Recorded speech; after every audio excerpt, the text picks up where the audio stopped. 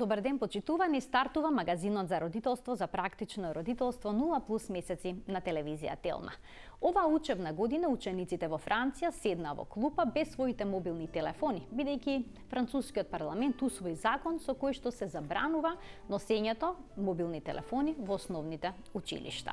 Како изгледаат училиштата без телефони е темата на која што денеска ќе зборуваме со Лорен Изел, педагошки директор на Француското интернационално училиште во Скопје, ЕФИС. Добре ми дојдовте. Добар ден. И Билјана Зашаровска-Кракутовска, административен директор, исто така во Француското интернационално училиште. Навистина ми е драго што денеска сте тука, наши гости, што ќе поразговараме на оваа интересна тема. Францускиот парламент донесе забрана за мобилни телефони за време на училишните активности, за време на часовите во училиштата, пред се во основните училишта и не само на мобилни телефони, туку и на таблети и останатите електронски уреди кои што се може да се поврзат со интернет.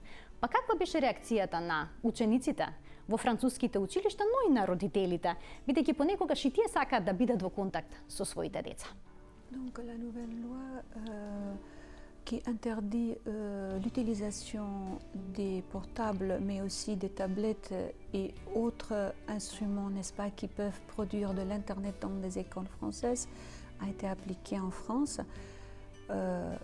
Maintenant, la question, c'est quelle était la réaction des élèves, mais surtout des parents qui aimeraient bien communiquer avec les élèves pendant le temps scolaire. Vous parlez de la France ou de... De la France. De la part des parents, je pense que les parents étaient plutôt contents qu'une institution limite l'utilisation des téléphones.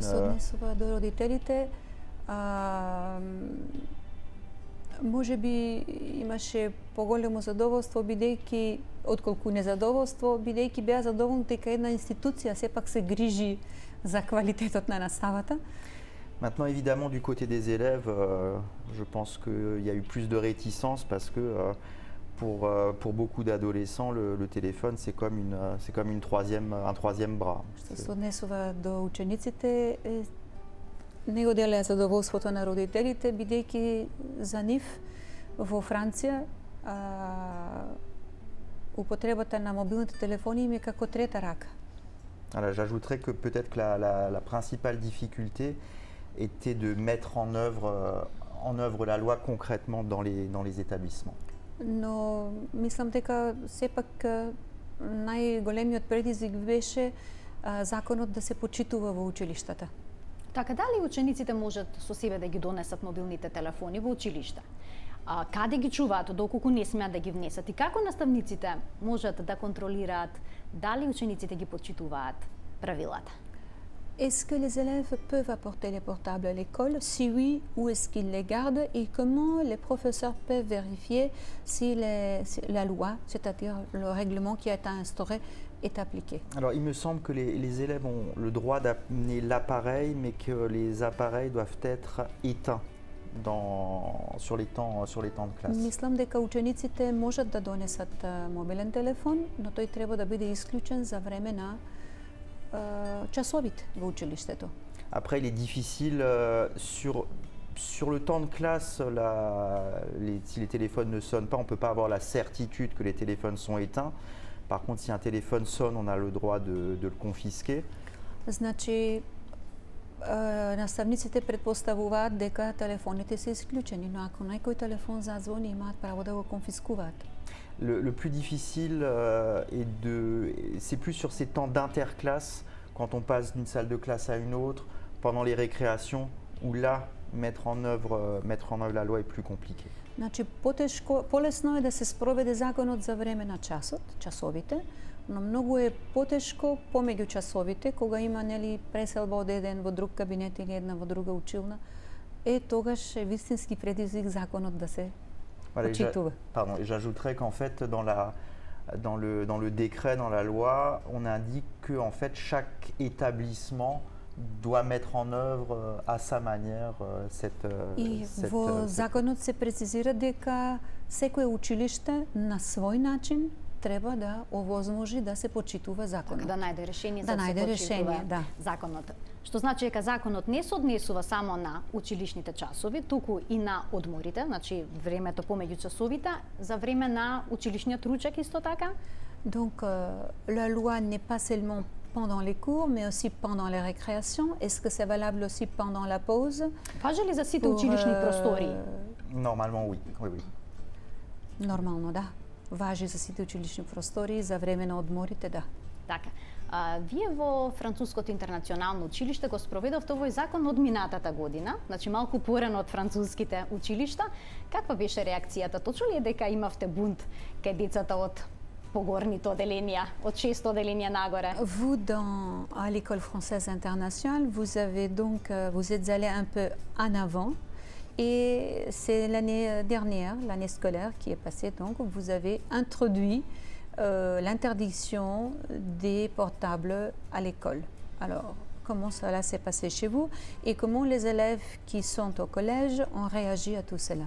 Alors, la mise en place de cette, c'était pas une loi, hein, c'est juste une partie du règlement. La mise en place s'est faite parce qu'on a constaté que les élèves de collège, sur les temps de récré ou sur les temps d'interclasse, étaient tous sur leur écran. Зошто го воведовме ние тоа во Француското интернационално училиште, бидејќи ни стана повеќе од очигледно дека за време на одморите или пак за време на поминување од еден во друг кабинет, учениците цело време беа свртени кон нивните мобилни телефони. Du coup, les enseignantes de collège ont demandé à ce que les élèves n'amènent plus leur portable, mais je dirais que là où les enseignantes ont eu un rôle important, c'est qu'elles ont proposé d'autres activités aux élèves. Бидејќи тоа беше на иницијатива на професорите од 6 до 9, тие исто така направија и олеснително нешто што предложија заменски активности. Значи, како да не го гледаат телефонот, што друго би правеле? Alors la première réaction ce sont des adolescents, donc leur première réaction évidemment a été d'être un peu grincheux par rapport à cette mesure. Првата реакција секако беше бунтовна, малку бунтовна на таа мерка што ја поведовме. Mais au final, comme les enseignantes avaient proposé d'autres activités, petit à petit, les élèves se sont faits à cette interdiction. Et je dirais qu'au bout de 15 jours, il n'y a quasiment plus aucun élève qui nous demandait d'utiliser les portables. Ils faisaient autre chose. Значи, бидејќи имаше предлог на други активности кои постепено се внесуваат во тоа слободно време, ни требаше едно 15 на дена за децата да се оттргнат. Само 15 на дена? 15 на дена и да почнат неколку месеци. 15 на дена за работите да си легнат и да нема проблеми. И évidemment, денес е така.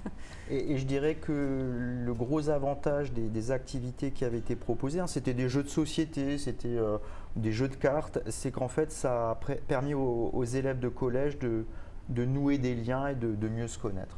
Значи, што беше предложено? Друштвени игри,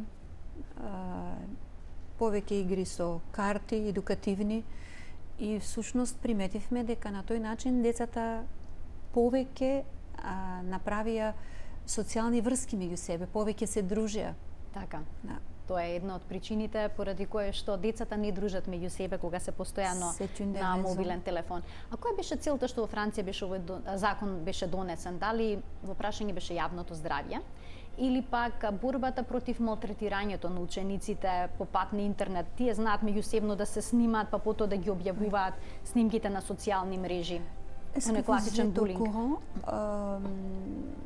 en France, la loi, est-ce qu'elle est portée parce que justement le ministère est inquiet pour la santé des élèves ou c'est pour une sorte, pour les protéger, je dirais, d'une certaine violence vidéo qui s'est assez répandue dans toutes les écoles dans le monde, pas seulement en France ou ici? Moi, je pense qu'il y a les deux aspects qui sont pris en compte dans cette loi. Мислам дека и двата аспекти што ги кажавте се земени во обзир. À la fois pour se dire que l'école, ça peut être un petit peu un lieu où tout ce qu'on fait d'habitude dans la vie quotidienne, on le met un petit peu de côté pour faire autre chose, pour apprendre d'autres choses. Прво, зашто, да речеме, училиштето секако е една средина во која кога влегуваме правиме нешто друго, различито од тоа што го правиме дома. Je pense aussi que sur ces histoires de harcèlement sur Facebook ou sur les réseaux sociaux, c'est une manière aussi de limiter, de limiter certaines actions des élèves. И исто така, нели, и второто што го кажавте, на некој начин да се ограничи насилството, видео, интернет, нели, тоа што е во последно време доста актуелно по социјалните мрежи. Mais malheureusement, pour les histoires de harcèlement sur les réseaux sociaux, je pense que les choses se jouent beaucoup à la maison, le soir, dans des moments où l'institution scolaire ne peut pas agir. Но секако насилството меѓу учениците во училиштето во голем дел е исклучено и се исклучува, но она што се случува дома, тоа потешко може да се исклучи, тоа што е надвор од доменот на училиштето, не? Така. А во однос на часовите без мобилни телефони, што велат наставниците? Какво е нивното искуство? Еве, вие веќе спроведувате повеќе од година дена еден ваков концепт, часови без мобилни телефони. Што велат наставниците? Qu'est-ce que les professeurs disent de cette interdiction des portables à l'école? Donc, chez vous, à l'école française, il n'y a plus de portables. Alors, comment les professeurs se sentent-ils? Quelle est la réaction des professeurs? De toute façon, je pense que les professeurs considèrent, que ce soit en France ou que ce soit à l'EFIS, considèrent l'utilisation, la surutilisation des portables comme un fléau. Comme les parents considèrent aussi qu'un enfant qui est tout le temps sur son portable, c'est quand même pas ce qu'on souhaite pour son enfant. Професорите исто како и родителите, нели, во француското училиште сметаат дека претераната употреба на интернетот, особено, нели, на мобилниот телефон, не влијае добро на здравјето на детето и задоволни се. Et donc les enseignants sont favorables à cette mesure. Je dirais que plus important a été la réaction des élèves au bout d'un certain temps qui finalement ils sont peu nombreux, mais finalement ils ont dit aux enseignants interdire les portables à l'école, c'était une bonne idée parce qu'on a fait autre chose et on a fait des choses qui nous permettaient de mieux nous connaître. Donc, Исто така и учениците после одредено време, како што кажав, нели, беа задоволни, бидејќи сватија дека има и друго нешто за правење и самите велат, добро, откривме и нешто друго. Така. Значи, наставата се одвива на таков начин многу посмирено, многу подобро. Дали сметате дека овој концепт за забрана на користење на мобилните телефони во училиштата би можела да се спроведи во земји како што е Македонија?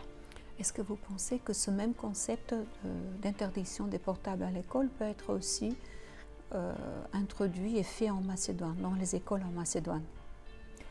Idéalement, je trouve que ce serait une bonne idée de limiter en fait l'utilisation des téléphones. La grande difficulté, c'est de convaincre les élèves. Et pour convaincre les élèves, il faut pouvoir leur proposer d'autres choses, d'autres activités. Мислам дека идеално би било тоа да се направи во Македонија, но секако треба да се убедат учениците, а за да се убедат треба да им се понуди замена. Како да го користат времето, нели, помеѓу одморите, помеѓу часовите. Тоа е тоа. Така, тоа е клучно. Зборуваме за Француското интернационално училиште во Скопје. Кои се критериумите најнапред за упис во ова училиште? Дали предзнаењето на францускиот јазик е неопходно? Quand on parle de l'école française internationale de Skopje, quels sont les critères pour s'inscrire et est-ce que la connaissance de la langue française est quelque chose qui est primordial? Je ne pense pas qu'il y ait de critères particuliers pour s'inscrire dans notre école. Особени критериуми нема за да се запишете во Француското интернационално училиште во Скопје? Et par rapport à la connaissance du français, il n'y a pas non plus d'obligation d'avoir de base linguistique en français. Не е необходно за да влезете во училиштето да имате претходно знаење на француски јазик.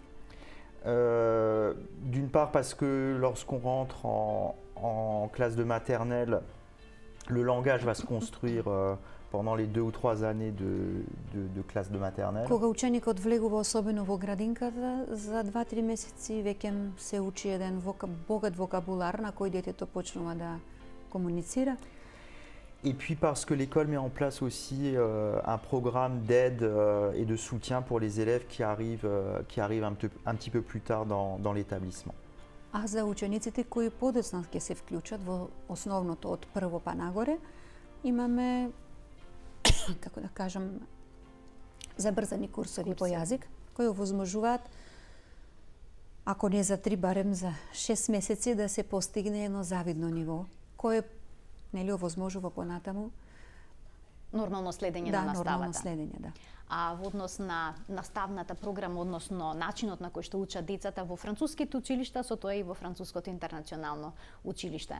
Како изгледа? Дали имаат многу практична работа, експерименти на часовите? Еве тука кај нас се применува оној озогласен Кембридж. На каков начин се учи тука? Donc, à l'école française, est-ce qu'il y a beaucoup d'expérimentation faite à l'école? Parce que chez nous, en Macédoine, il y a cette méthode Cambridge qui n'est pas une méthode très réussie et elle n'est pas très populaire. Voilà. Comment ça se passe à l'école française? L'expérimentation, tout dépend de ce qu'on entend par ce mot. Значи, се зависи што подразбираме под тој експеримент во училиштето, не? Lorsque j'étais au Vietnam, je voyais beaucoup d'affiches avec des enfants de 4 ans déguisés avec une blouse de scientifique, des lunettes et puis les cheveux. Enfin... Кога работев во француското училиште во Виетнам, имаше постојано постери на кои гледав деца облечени во бели блузи, со очила, нагоре косата, како Айнштайн, нели, и кои правеа некакви експерименти. Voilà, il fallait que ça corresponde à l'image qu'on se fait du chercheur. Значи ова одговара на сликата која секој од нас ја замислува на истражувач. Alors, je pense que quand on appelle expérimentation ou observation, ça peut être des choses très très simples où l'adulte, où le rôle de l'adulte est de peut-être d'orienter un petit peu le regard de l'enfant et même tout petit pour qu'il soit attentif à certaines choses qui l'entourent.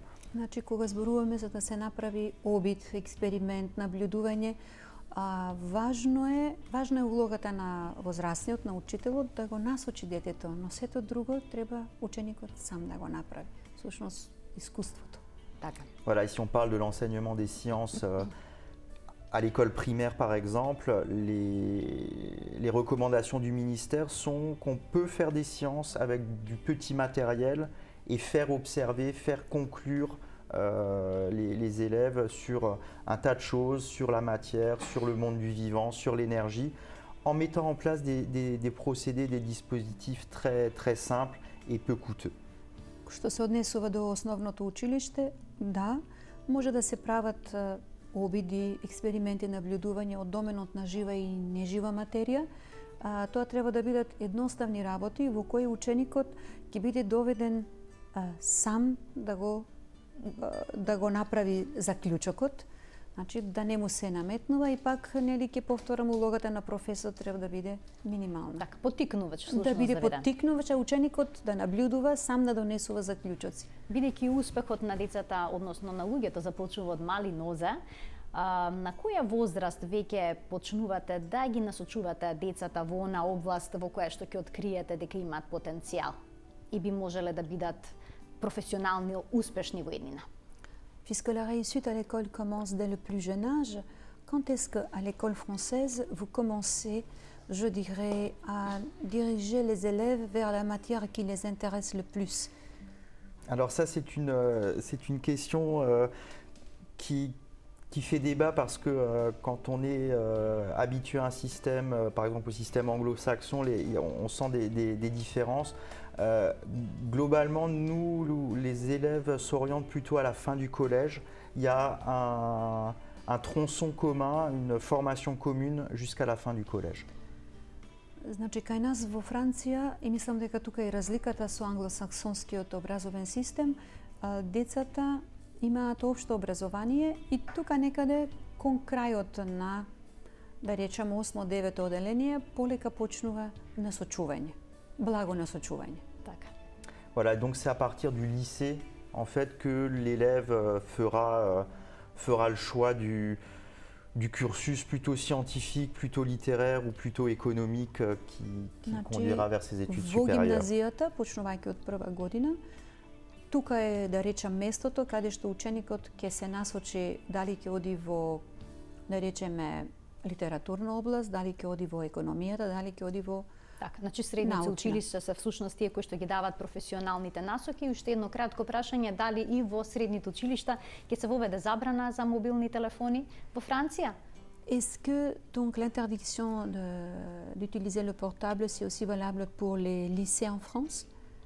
Alors, les lycées ne sont pas concernés par la loi, mais les lycées peuvent, dans leur règlement, inscrire cette loi pour leur établissement. Во Франција, значи, законот не се однесува за средните училишта, меѓутоа секое средно училиште, како и секое училиште во Франција, има задолжение од Министерството да направи внатрешен правилник училишен и имаат право во тој правилник тоа да го стават, иако не е дел од законот. Ви благодарам што денеска бевте дел од 0N+, на вистина интересен разговор. Постојано во Македонија се зборува дека треба да се направат некакви промени во образовниот систем. Еве, позитивното француско искуство може да се искористи, а ова со мобилните телефони е на вистина еден одличен чекор кој што треба да го применуваат сите земји. Се гледаме повторно во некоја друга пригода. Следно ќе зборуваме за предучилишна возраст и за градинките. Се надевам дека наскоро ќе видите наши гости. Ви благодарам. Мерси beaucoup. Merci beaucoup. Тука го заокружуваме денешното издание на магазинот за родителство 0N+. Се гледаме секој работен ден во рамки на утринската на Телма. Пријатно.